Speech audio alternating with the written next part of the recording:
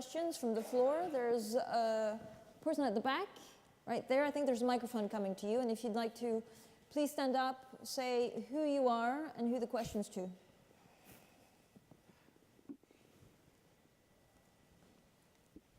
Hi, good evening. I'm Noor Puripurini. One question regarding whether the arrangements, monetary arrangements in Europe, as indicated by Milton Friedman in 1997, were actually ideal with respect to the structural adjustments that happen, and that the flexible instruments that you have, like flexible exchange rates and other instruments that you have to absorb shocks, which you don't have in a current arrangement. Who is that question to, or do you want to open it up to the floor? Mr. Monti. Okay, Professor Monti, did you hear the question? Friedman, 97. Yes, I did. Well, the question is whether monetary arrangements for the single currency were ideal. Obviously, they were not ideal, but they were much stronger than so many Nobel Prizes in economics had expected. And there has been a certain amount of learning by error. And now the structure of the monetary arrangement is certainly much more solid than it was at the beginning, or, for example, in 2008. Anyone else? All right, second question. Arnab Das. If I may, two questions. One, with all these elections coming up in Europe that would appear, even if they don't lead to a kind of binary situation of a breakup, they seem to be pointing towards more nation state and less Europe, right? So does that have the potential to soften Brexit, or will it end up hardening Brexit? And then taking a bit more of a step back, you've all talked in various ways about the disintegration or the disunification of Europe by President Trump and by President Putin, and this, reverses, as you said, the American pressure for European integration as a way of containing the Soviet Union. Is the angle here really about strengthening Russia, which may require weakening Europe in order to do something about China? And if so, if that's the real agenda, maybe there's more method to the madness of President Trump than it seems. If so, what would that imply? Arno, who's your question to? In general, who wants to take it? Mark? Great thing about referenda is that after the event, people interpret the result in any way that they wish. So all sorts of factors were apparently leading the British public to vote as they did. And the fact is, there were many factors. And I'm not certain that this was all a reaction against globalization. I think if actually, for example, we had had faster economic growth, which may have resulted from more world trade, i.e. more globalization, we may have had a different result. And as I understand it, and I haven't looked at detail at the opinion polls, there is the wish of other countries to leave the European Union, if anything, has diminished, certainly on some of the surveys, as a result of Brexit. In some of the debates I did pre the referendum, I was assured that if Britain voted to leave, Ireland would be out the following day. Nobody from Ireland, incidentally, ever said that, but people in Britain were interpreting that, and indeed Holland would follow, and Italy, and so on. And that has not happened. So, I mean, clearly, as has been said, if France decided to leave the European Union, we're in a very different ballgame.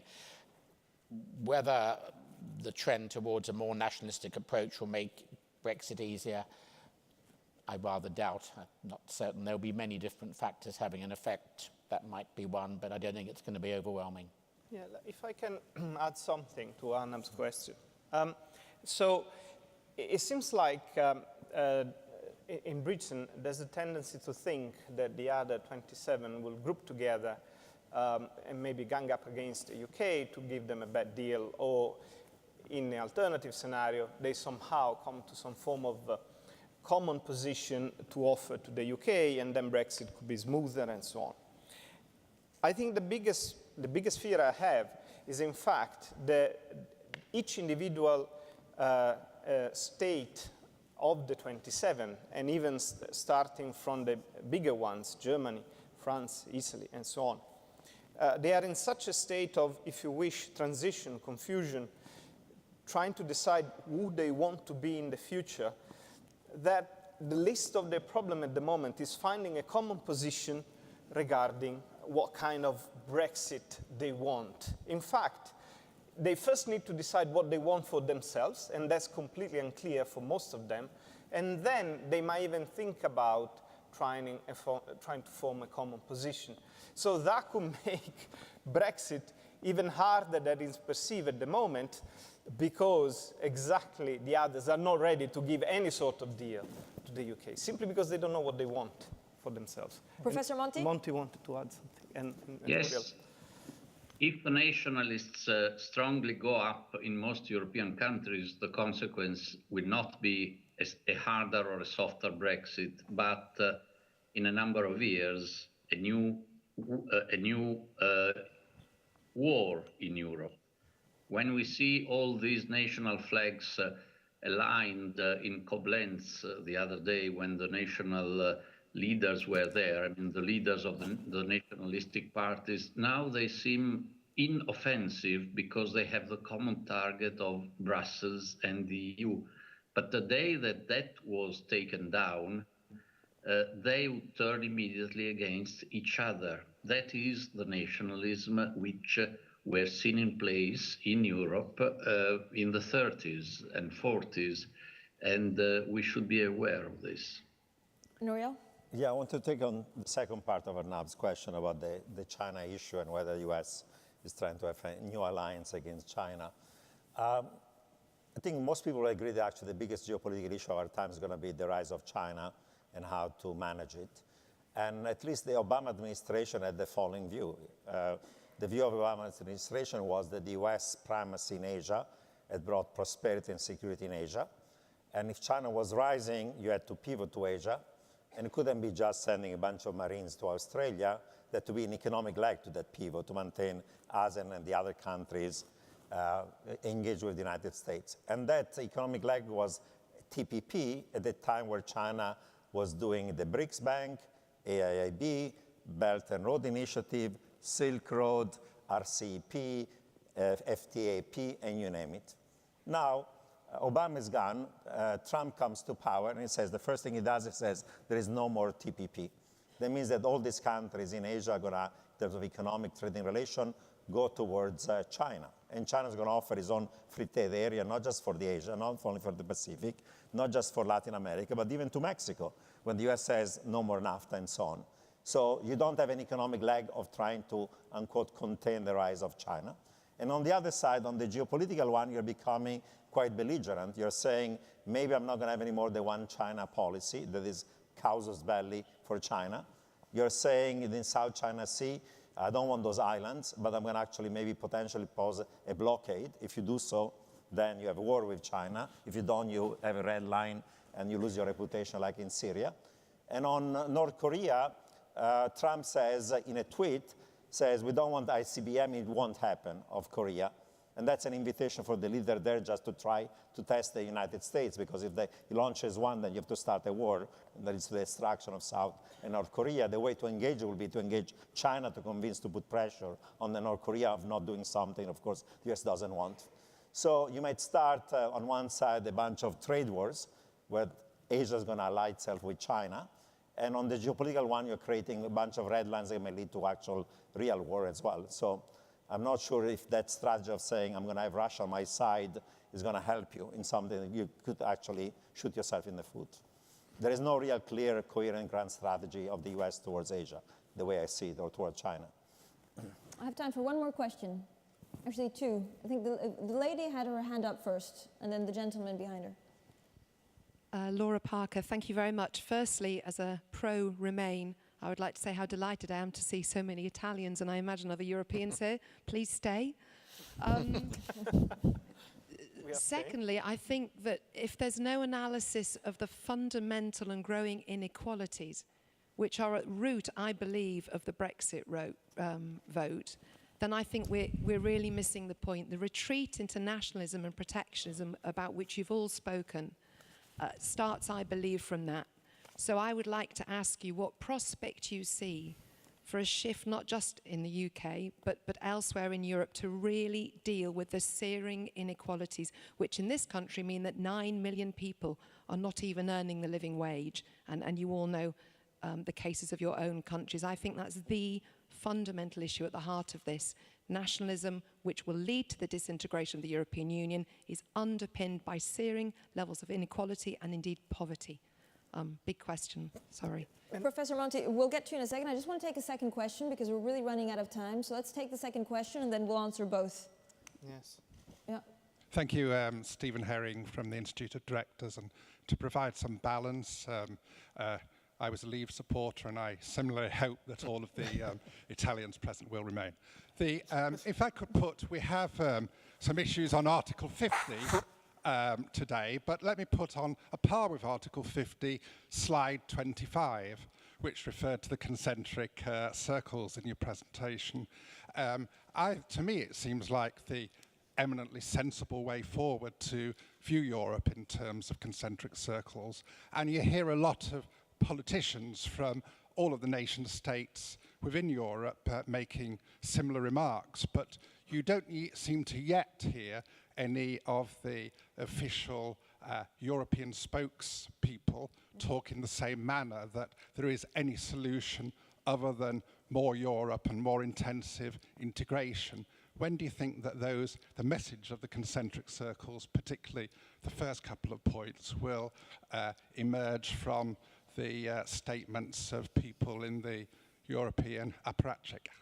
Thank you so much. So, Professor Monti, do you want to take the question on inequality and how you do? Yes. Yes, inequalities and integration. The way in which the UK was participating in the European Union for the last 10 or 20 years is very illustrative, because the paradox is that the UK was the advocate of single market integration. Many others were saying, indeed, we need that, and as Ambassador Terracciano was saying, we need to move further on that. But it will be very difficult to do that unless the losers from the continental integration process get some compensation. But member states will not be able to provide them with some compensation if there is an unlimited race to the bottom through tax competition as regards the tax rates on savings and on capital. And we have seen that all this came back exactly on the face of the UK, unfortunately, because they have seen that even within their country, progress towards the market, unchecked by some tax cooperation to reduce inequalities, has taken the UK out of the single market. So, yes, I think there is a lot to do to alleviate inequalities for integration to go on. That is true globally. That is true in the EU in particular. Brunello, can we bring slide 19 up? And it shows populism and the linkage between globalization and populism. Brunello. You will see that there's a chart showing that globalization has reduced inequality between countries, is the green line on top. You see there's a discontinuity there in 1989 because new countries emerged, measures changed, but assume that the line connects somehow. When globalization really kicked in, the inequality between countries fell. Well, just think about, you take 200 million Chinese peasants out of poverty, that has made that country notably less poor than before. But in fact has increased inequality within countries. And here where the problem is, as long as elections are at national level, as they are, and they will probably be for quite some time, people don't really care whether 200 million people have become less poor somewhere else. They just care about their own job, their own social and economic security and so on. And if it doesn't work for them, it doesn't work, full stop. And this is what caused the rise of populism. they think globalization was led by a bunch of technocrats, the elites, that had a grand vision that has failed. That's the revolt against the elite that has failed in delivering what was required from people, which was better living standards, and they tend to eliminate that. Now, what's the problem? You create this link, which is in fact a short circuit between the very top of the political decision-making process, a monarch, a president, and so on, and the wider populace. But that's a short circuit, and when you have that, you have fires. You don't solve the problem. You need the aristocracy, i.e. those who somehow know how, or believe to know, at least try to run the country and politics and so on, because it's a job and needs experience in order to be done. I mean, you might have seen these cartoons somewhere where, you know, to make fun of populism, where this guy in a plane says, who wants me to land this plane, right? As he could be a pilot just because he decides to be so, right? So that's the situation we are in, and we are going to face this for quite a while. Also because, in all honesty, aristocracies didn't give a good impression of themselves in the last few years, I would say. Who wants to take the question? The last question on Brexit, Mark? I would say as a general rule that globalization has helped take more people out of poverty than anything else. Of course, in the short term, there are losers. Let's look at the position in Britain. The consensus economic forecast roughly is that GDP could be 1% lower this year than it would otherwise have been because of Brexit, i.e. we are 1% poorer. But if inequality is reduced, is that a success? I'm not certain people will quite see it that way. So I think people are conflating a number of issues. Of course we tackle inequality. Particularly we tackle the inequality of opportunity, which I think is absolutely vital. And we have some splendid work done in Britain on that by Sutton Trust and the Social Mobility Commission. That we must tackle absolutely. But I think we should be concerned about absolute levels of income and not simply the inequality. So one last, does anybody want to answer the gentleman on the IOD on when Europeans, Nouriel, maybe you, on when European leaders will actually finally realize that Brexit is something that they have to deal with and maybe give in a little bit more? And concentric circles. There is this hope that, you know, that as the US disengages from Europe, they're saying, you know, NATO is obsolete, other countries are going to leave, Germany is dominating, and Brexit implies that maybe one of the obstacles to greater integration is going to occur, that you're going to see this threat, this existential threat, and you're going to move towards greater integration. But that requires a huge amount of political capital throughout Europe, and I'm not sure the election is going to lead you there. It leads leaders who believe in these things, and I'm not sure what are the leaders believing in it. And it also a German that realizes that it has benefited a lot from this process of integration. If Europe disintegrates, it's going to be one of the biggest losers.